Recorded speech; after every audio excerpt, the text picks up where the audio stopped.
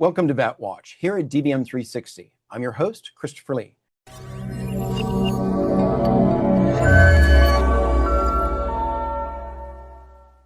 Today's episode, Unlocking the GPO Puzzle, Fit, Function, and Flexibility. Our guest today is Katie Spence. She earned her MBA from Coastal Carolina University and is a certified veterinary practice manager. Katie is the Vice President of Operations at Vertical Vet, where she leads strategic initiatives and supports team development to drive success for veterinary practices nationwide. Based in coastal South Carolina, she brings over a decade of veterinary management experience and a passion for empowering private practices to grow and thrive. Welcome, Katie. Thank you, Dr. Lee. Thanks for having me. I'm super excited to be here and have this discussion today. I'm excited too. And to kind of start off with the basics, tell us a little bit about Vertical Vet and your role there. So, Vertical Vet is a group purchasing organization. The thing that I think sets us apart from some of the other GPOs is that we prefer to be called a group resource community. And in that, I mean that our goal is not just to provide discounts and rebates, which that is, our first goal in a GPO, but we also want to provide resources.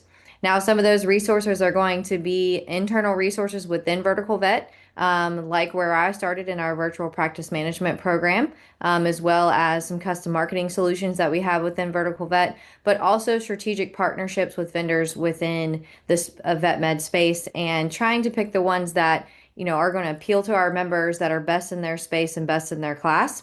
In those different areas. I mean, AI is, a hot topic right now, so that's obviously one that's top of mind. And my role within Vertical Vet currently as the Vice President of Operations is to work with our vendor partners, help, select those vendor partners that are going to be most beneficial for our members, as well as work with them on how we can get their information out to the member base, what kind of opportunities that we can provide within those partnerships, and developing them as we go along. Excellent. And just to back up a little bit, can you just explain what is a GPO and why would an independent veterinary hospital consider joining one? Yeah, absolutely. So a GPO, like I said, is a group purchasing organization. So essentially, I think the easiest way to compare it as a private practice is, we look at the Banfields and VCAs and now SVP/MVP, those big corporations that have a lot of practices in their network, if you will. Those practices collectively can come together and have buying power, and that's how they can negotiate contracts and discounted pricing with manufacturers and distribution and other vendor partners. And that's the goal of a GPO. So our goal is to bring private practices together in that kind of like-minded space where we can work with vendor partners to bring whether it be upfront discounts in different situations or back-end rebates to the practices to help you be more profitable, bring down your cost of goods sold, and positively affect your bottom line. So you get the benefits of being large with the buying power of something like Banfield, but you remain and keep your independence. Yeah, absolutely. I think that it is one concept that sometimes is a little bit difficult to quite understand how it works on the back end. But essentially, it comes down to buying power. If we can work together as private practices, still practice our own style of medicine, which is the beauty of private practice, right? But also, work alongside clinics that are like-minded as us and maybe using the same vendors that we use, then we can create some more buying power than definitely if you're a one, two doctor practice would be able to have on your own. Now, is there any reason why practice owners may be hesitant to join GPOs? I mean, are there any legitimate downsides? I mean, personally, I don't think so. And coming from practice, so a little bit more background on me and where I sit on the GPO side of things is I was a member of another GPO before Vertical Vet even actually existed. And it was a great relationship for the practice that I was in at the time and what we were using and who we were using. That did kind of dwindle over time as things changed within the practice. And so, moving over to Vertical Vet, because I was a member practice before coming on the VV team, made sense at the time based on some of the changes that we had over the course of several years. And so, I mean, I don't think that there's any reason why you shouldn't be a member of a GPO as a private practitioner. There's lots of resources and things that you're going to get that one, you can go out and research this all on your own and find these vendor partners, and in some cases, maybe negotiate something that would be better than what's, advertised on their website. But to be honest, do you really have the time to do that? And in most cases, the answer to that question is no. Even if you have a practice manager, they don't necessarily have the time to do that. So working with a GPO partner can help you find those vendors that you need and, have those resources. For example, if you pick up the phone and call one of our member resource advisors and say, "This is what I've got going on. Do you guys have any solutions for that?" 9 times out of 10, we're going to have a solution that's within our partnership, or say, "I've heard about this company. We're not partnered with them, but that might be something to look into." Now, what would be the biggest misconception that you run into that practices have when they think about GPOs and their hesitancy about joining?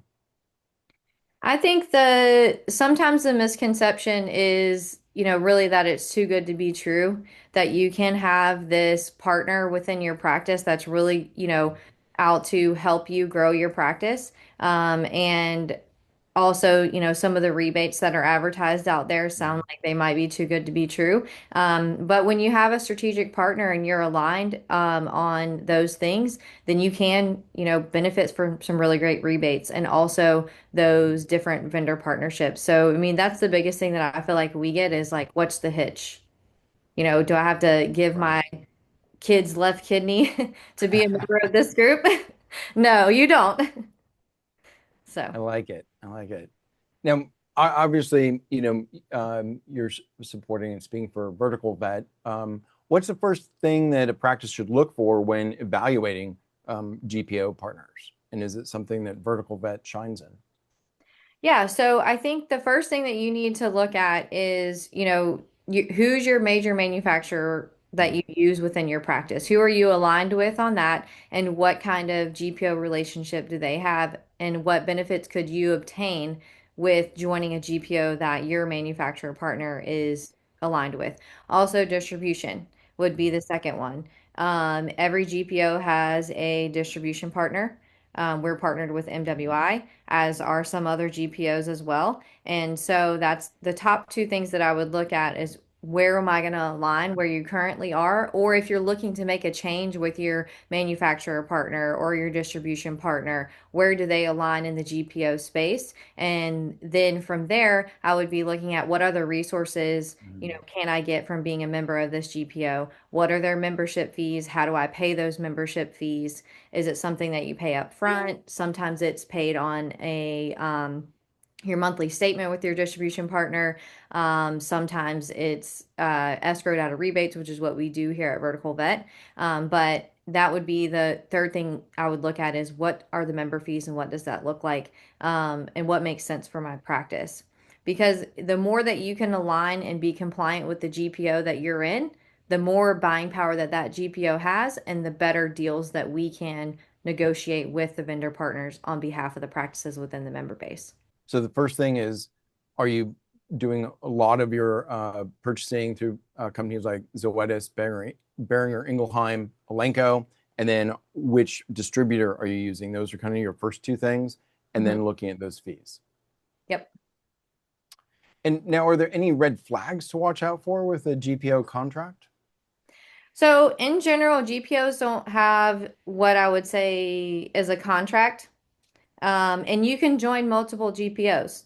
There are practices out there that are members of multiple GPOs. At one point in time, I was a member of two GPOs in practice, and we had multiple doctors. And so it was okay because our buying power was kind of being split between the vendor partners of those two, and it was working out well. In time, it came to be that that didn't necessarily make sense in the long run. For a smaller practice, I don't think that would necessarily make sense for you to be a member of multiple GPOs.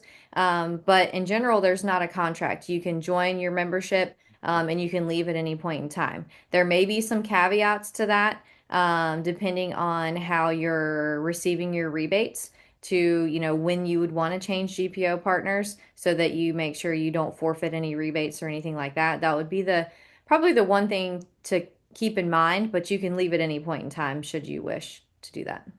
So let's dive a little bit deeper into that multiple GPOs. What benefits and or conflicts do you have, and how does it help you perhaps leverage as a buyer? So I think that if you have enough buying power, meaning that, I mean, you're a multi-doctor practice and you're buying a substantial amount of stuff from two different manufacturing partners would probably be the biggest place that you're going to potentially get benefits because it doesn't make sense for GPOs to be partnered with multiple manufacturers, right? That dilutes our goal of buying power. We might have situations where we have two, but usually you don't really see more than that and in a GPO. And so in those cases, does it make sense that you would be potentially partnered with one that has multiple manufacturers that you could get benefits from, or two different GPOs that are aligned with different manufacturers, in which case you would get those manufacturing benefits. On the distribution side of things, most likely it's not going to benefit you to be a member of multiple GPOs. Potentially if you're ordering enough, from the two different distributors that are aligned with the particular GPO, that could be a possibility. But for the most part, it's going to be with manufacturing. And in most cases, I would say it probably doesn't benefit you a lot, especially when you look at what you're going to be paying for the membership of a GPO. There's some membership fee associated with it. Whether you earn rebates or not, there's something that you're going to necessarily be paying in most cases. So that would be what I would look at. Would I earn enough discounts and rebates to offset that amount or not? That makes sense. And you said that people can leave GPOs. If you're leaving or switching a GPO, is that fairly easy to do? In general, it is a fairly easy process. Sometimes coding with the different manufacturers can take a little bit of time, so there's going to be a gap when you're making those changes, but it's mostly just notifying the GPO, at least in our case. I can't speak for every GPO, but I do know that we see practices that, leave or come back from time to time, and it's not a painful process overall. That's good to know. Yeah. So it's kind of easy for them to try one out. Like if they wanted to go to vertical vet and they weren't quite sure, they could switch on. And if they love it, stay. And if not, going back would not be difficult. Yeah, I think that, like I said, I would look at, what time of the year you might be doing that to make sure that you're not forfeiting any rebates if it's a rebate payout period or any of those. To make sure you're having those conversations with your GPO partner and not missing anything that you should be getting there. I think, once you get really aligned with a GPO and you're a member of that and you're really using their partners, in most cases, people don't leave those situations. I mean, personally, in practice, being a member of my initial GPO was super helpful. There was a lot of resources that I had, and then switching to vertical vet our peer share program was really what made me want to switch, as well as some of the partnerships that they had at the time. But I don't see where I would have left vertical vet after that, getting involved as involved as I was at that time.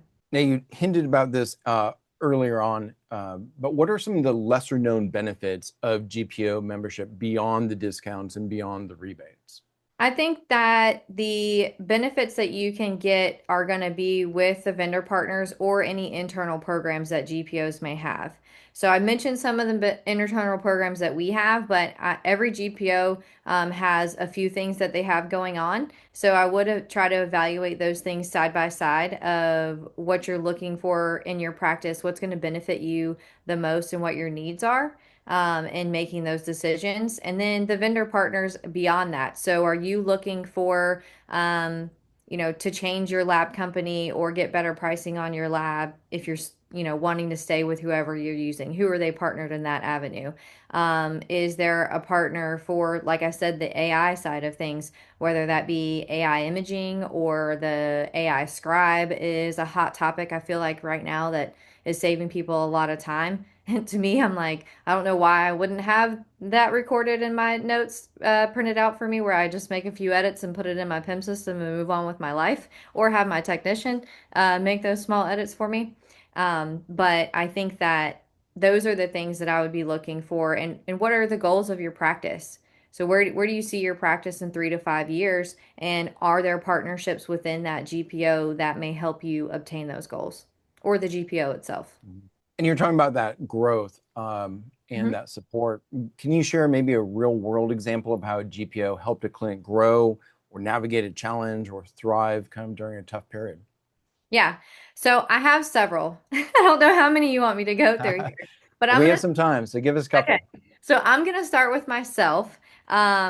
The first one for me would be, like I mentioned, I was in Vertical Vet's peer share program. So what that looks like is we meet on a monthly basis virtually. There is to different topics that we talk about, but it was a place where I got to know a lot of my peers at a time when I was relatively early in management, and also going into COVID.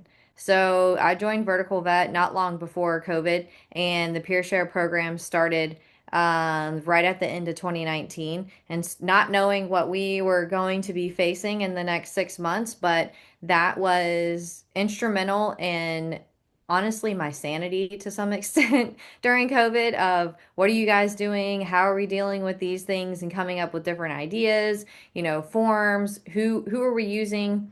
For our telephone company, and how are we doing this curbside thing, and what's the most efficient thing that you're finding to work for you. And in my case, I had some doctors, and I think a lot of people would say this, were super efficient at curbside, and then I had some that this was not working for them, but we had to make it work. And peer share was super helpful in my group in figuring those things out and what are some ideas that we could come up with that I was just trying to make it through the day and thinking of new things was very challenging at that time.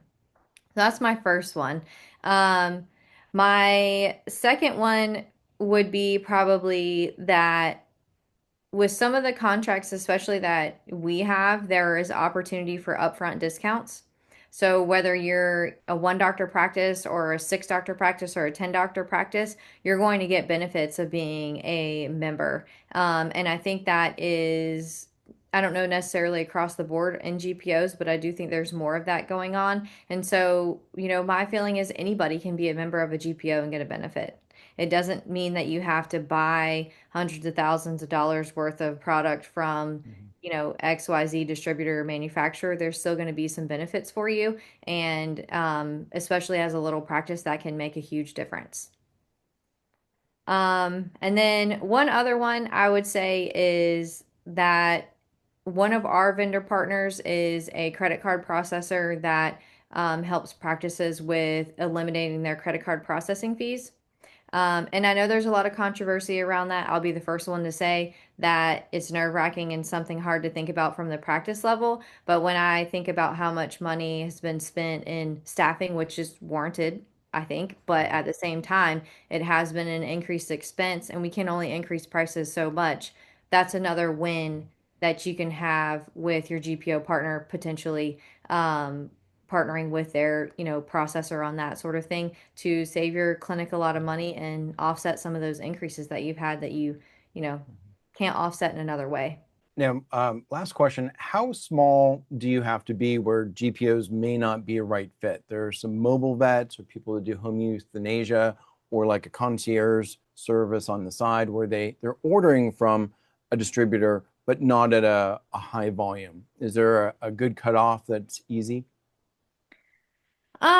That's a tough question. I don't know that I would say there is a particular cutoff. I think I would look at what the benefits are on an individual GPO basis because there may be some things that can really help your practice. For example, when I was in my previous role, one of the members that worked with us and still does is a mobile practice. And she has grown her practice quite a bit, but was a startup when we first started working with her. And she grew 40% with the help of our, management services within Vertical Vet. And so I think that, that just goes to show that you can have some benefit. I mean, obviously she got discounts and some rebates and things like that too, but it was instrumental in helping her grow her practice.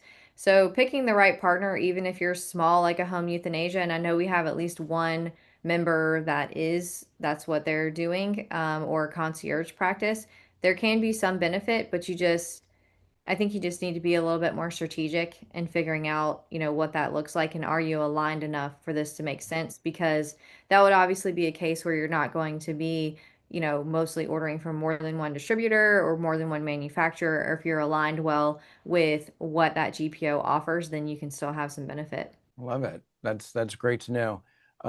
Interesting how for very small or very large, GPOs could be beneficial. Is there Yeah. anything that we haven't covered that you wanted to cover either on vertical vet or GPOs that people need to know about?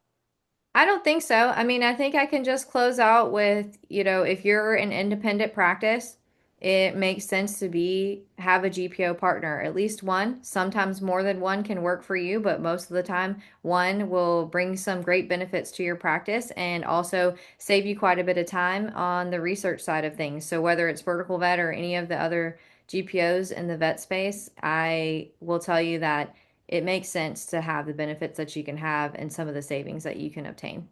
I love it. You took my job away at the end. You did such a great summary. Thank you. I love it. Sorry about that. So so Yeah. with that, thank you for watching Vet Watch, only here at DVM 360, where what you know today protects everybody tomorrow.